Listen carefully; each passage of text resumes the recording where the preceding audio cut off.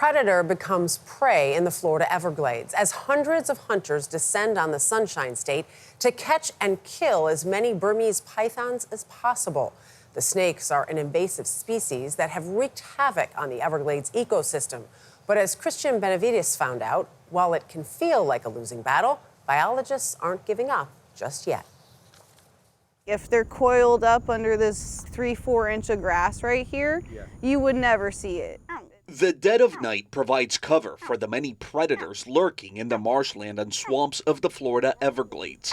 How's it going? Donna Khalil is out hunting the hunters. There's a lot of competition out here. She's among 857 participants from across the country and Canada who took part in this year's hunt for the Burmese python, a 10-day stretch when anyone can register and train to remove the giant invasive invader. Their reward, $25,000 in cash prizes. Does it actually make a difference? Every python removed from the system makes a difference. Mike Kirkland runs the hunt and the Python Elimination Program. It employs 100 year-round hunters, including Khalil. Did it bite you? This is the 7th state-sponsored hunt. But is it a losing battle? Are we winning it right now? Perhaps not, but I'm optimistic about our future. Pythons were imported from Southeast Asia as exotic pets. Officials say owners let them loose in the Everglades when they grew too big, and the python population exploded in the 1990s, ravaging wildlife.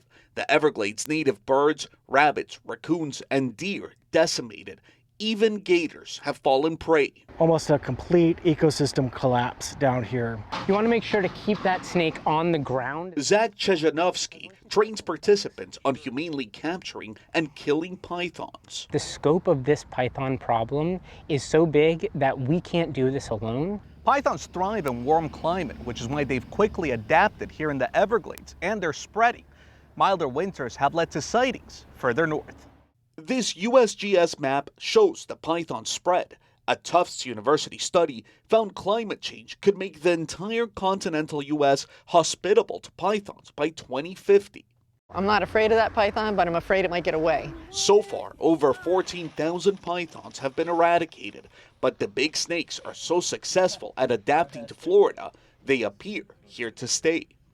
For CBS Saturday Morning, Christian Benavides, the Everglades.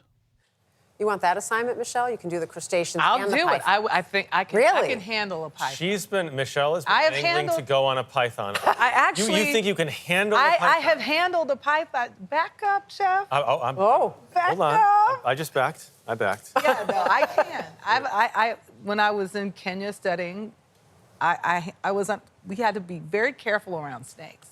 So they trained us how. Like that. Yeah. It was Should we Because set they it have up? black mambas and green mambas, and they're highly poisonous. I'm glad somebody's dealing with those. I'll stay in the city. What So if- let's go. What if we put a giant python and Michelle in a big room? Let's do Michelle's going to win. Okay. Do it. Well, My only money's one way on to find out.